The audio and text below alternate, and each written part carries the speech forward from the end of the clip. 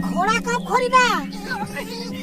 खरीदा नहीं, जंगल से दौड़ा दौड़ा के पकड़ा है। क्यों पतलू?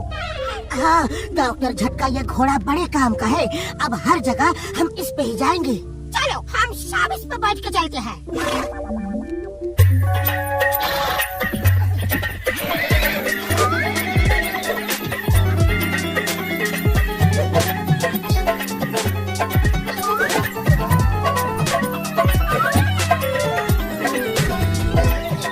मेरे मरीजों की मेरी हड्डी पसली तोड़ दी इसने।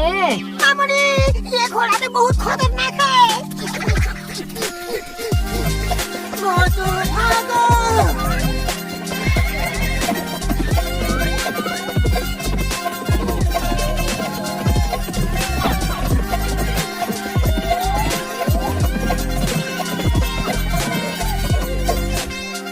अरे भाया, बहुत अच्छा घोड़ा है। कहाँ से लाए? अरे पूछो मत, घने जंगल से बड़ी मेहनत और भाग दौड़ के बाद पकड़ा है इसे।